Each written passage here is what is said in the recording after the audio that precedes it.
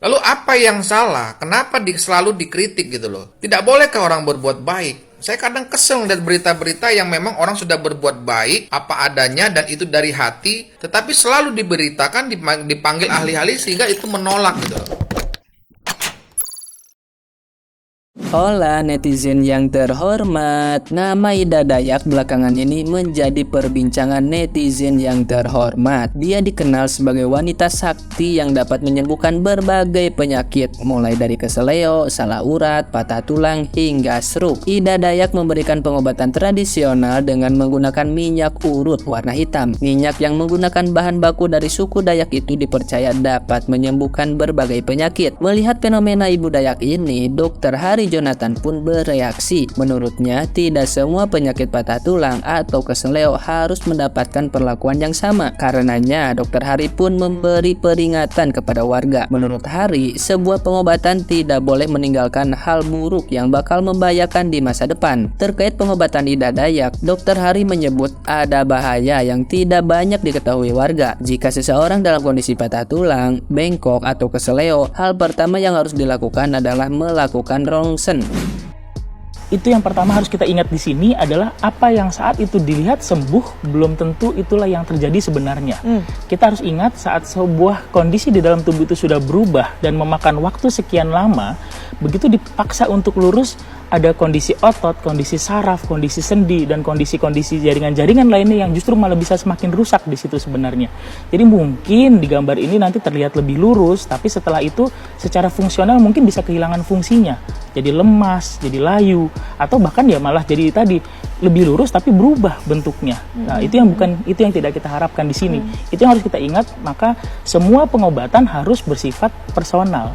Orang demi orang gitu. Jadi jangan semua dipaksa untuk diluruskan atau semua diterapi dengan cara seperti ini, tidak bisa, karena sesuatu yang digeneralisir malah tidak akan mencapai hasil yang baik. Namun jika para pasien tersebut dipaksakan untuk tulangnya diluruskan seperti metode Ida Dayak, maka menurut Dr. Hari akan ada bahaya jangka panjang, yakni saraf hingga otot pasien bisa rusak. Nah, gimana nih menurut netizen yang tercinta? Silahkan berkomentar ya.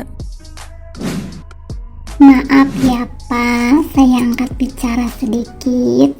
Setahu saya, dari penelitian yang saya lihat ya Pak ya, pengobatan Ibu Ida itu sembuh karena ada campur tangan Allah ya Pak ya. Dan setahu saya dalam Islam, Allah menitipkan kesembuhan kepada setiap para dokter. Dan Bu Ida juga termasuk dokter atau dibilang tabib ya Pak. Mungkin kalau dokter itu yang harus melewati perguruan tinggi kedokteran gitu ya Pak. Tapi Ibu Ida itu tabib yang mungkin dengan pengalaman cara spiritualnya, tapi tetap kesembuhan Allah titipkan kepada Ibu Ida juga ya Pak. Ini media sama dokter ahli ortopedi atau siapalah itu ya. Ibu Ida ini datang, entah dia dari mana asalnya, Ibu Ida Dayak. Dia mengobati orang secara sukarela. Dan kita sangat tahu banget ya, orang kecelakaan atau orang cacat dari lahir atau tiba-tiba dia kerja jatuh, lalu tangannya, kakinya melintir. Dan kita tahu, pengobatan itu sangat mahal. Dia harus butuh terapi berkali-kali. Nah, sementara orang-orang yang diobati dengan Bu Ida itu tidak dipungut biaya. Dan orang itu sembuh. Lalu apa yang salah? Kenapa selalu dikritik gitu loh? Tidak bolehkah orang berbuat baik? Saya kadang kesel lihat berita-berita yang memang orang sudah berbuat baik apa adanya dan itu dari hati, tetapi selalu diberitakan dipanggil ahli-ahli sehingga itu menolak gitu loh. Bapak tinggal jawab aja. Itu mungkin Tuhan memberikan anugerah kelebihan kepada Ibu Ida. Perantaranya Bu Ida, dia bisa menyembuhkan. Siapa yang tidak senang? Siapa yang tidak bahagia? Saya punya anak saya cacat atau jatuh, lalu disembuhkan oleh Ibu Ida, siapa yang tidak senang? Sementara selama ini orang tuanya tidak mampu untuk menyembuhkannya. Bapak pernah memberikan pengobatan gratis kepada pasien? Pernah tidak? Apa yang sudah Bapak lakukan? Gitu loh. Dengan teori yang Bapak sebutkan, Bapak seorang ahli, Bapak sudah melakukan apa? Ada pengobatan gratis di mana? Keliling Indonesia Pak, Ibu Ida. Biarkan saja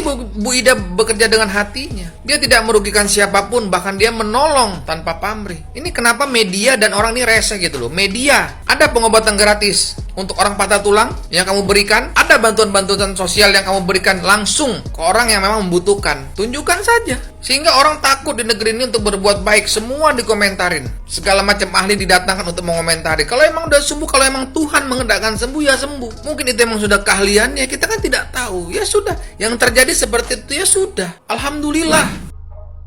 Makanya dari dulu juga ya, ilmu kedokteran dengan ilmu nenek moyang itu nggak akan pernah bersatu, tidak akan pernah mencapai klik gitu, nggak bakalan. Karena dokter itu cuma dari teori praktek, ini diginiin gitu loh. Tapi kalau nenek moyang itu dan sekarang gini, zaman dulu aja itu ada beberapa syekh yang bisa menghilang ilmu batin, itu ada. Makanya ke kedokteran nggak bisa nyambung karena mereka nggak ngerti ya, mereka nggak mempelajari tentang ilmu batin, jadi nggak bakalan masuk akal sama mereka. Tangan bengkok bisa lurus. Sementara nenek moyang kita zaman dahulu itu kan dikasih kayak semacam karomah. Sekarang gini aja deh, kayak Nabi Musa bisa belah lautan, itu gimana? Dari segi kedokteran bisa nggak kalian masuk akal gitu loh menalarnya bisa nggak secara ini? Nabi Isa bisa nyembuhin, kedokteran itu nggak bakalan bisa. Makanya saya kalau sakit nih saya minum obat Panadol, ogah gue ke dokter. Mereka cuma teori, praktek. Dari yang mana praktek nggak ada. Gue lebih percaya sama nenek moyang gitu, karena zaman dulu memang ada syekh yang bisa menghilang, ya enggak, itu semua karomah namanya dari Tuhan. Kalian yang nggak percaya itu kalian tidak mempelajari tentang agama dengan baik. Iya, zaman dulu juga kenapa Indonesia bisa menang melawan penjajah dengan bambu runcing, masuk akal nggak? Nah, karena ada kekuatan yang dibantu Tuhan ke rakyat Indonesia zaman dahulu, makanya bisa menang kita melawan penjajah Belanda itu. Kalau Tuhan menghendaki, gue kasih lu karomah nih, Ibu Ida Dayak, lu bisa nyembuhin orang sakit dengan catatan lu nggak boleh begini. Dan Ibu Ida Dayak juga dari nenek moyangnya turun temurun. Jadi kalau orang kedokteran kalian tanya tuh nggak bakalan bilang masuk akal, karena tuh beda jalur udah. Nggak bakalan kedokteran nggak bakalan masuk akal. Gue lebih percaya nenek moyang kita. Nah, saya sedikit meluruskan untuk atas nama aku nih, karena bolak-balik saya lihat viral kan atas nama Ibu Ida, orang Dayak yang mengobati, dan banyak komentar-komentar yang pro, tapi sedikit juga yang orang-orang yang tidak pro gitu.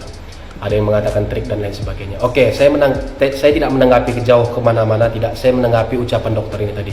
Kata dokter itu tadi situ mengatakan bahwasannya tidak bisa semua pasien itu lantas kita main tarik-tarik. Kita samakan semua penyakitnya mentang-mentang itu patah tulang, takutnya otot atau saraf. Oh, it's okay, itu benar Pak Dokter.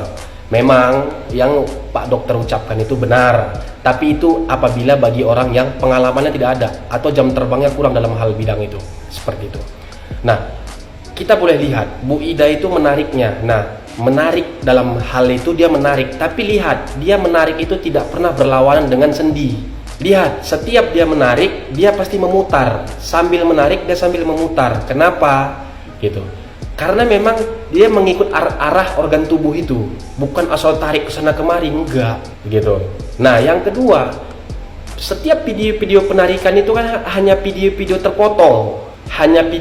terpotong. Ya, jadi artinya kita nggak lihat itu sebenarnya bahwasannya, lihat Pak Dokter, tukang urut itu jari-jarinya jahat kalau saya bilang. Artinya semana dia pegang di sini, tapi jari dia yang di sini yang bermain. Walau dia pegang di jempolnya ini. Jadi mungkin kita tatapannya pegangannya biasa, tapi itu dia udah membenahi sarafnya, sudah membenahi ototnya, seperti itu. Nggak mungkin tukang urut atau ahli tulang, ahli patah tulang atau dukun tulang atau dukun patah apapun itu namanya, dia membenahi patahnya saja tapi tidak membenahi otot dan sarafnya, itu namanya tidak mungkin. Nah, seperti itu. Jadi itu pasti dibenahi, nggak mungkin nggak dibenahi. Sebelum dia kerjakan itu, dia pasti sudah memikirkan gitu. Sebelum dia membenahi, dia udah pikirkan. Dan itu intinya cuma satu, jam terbangnya harus tinggi. Karena kebetulan saya juga ahli tulang gitu di Batam gitu. Makanya saya berucap seperti itu gitu. Jadi jangan kita berspekulasi bahwasanya ini begini, tidak. Lihat dulu orang yang membenahi, orang yang mengobati ini siapa gitu. Kita dari trik dia aja kita udah tahu dia itu memang jam terbangnya bukan sembarangan gitu loh.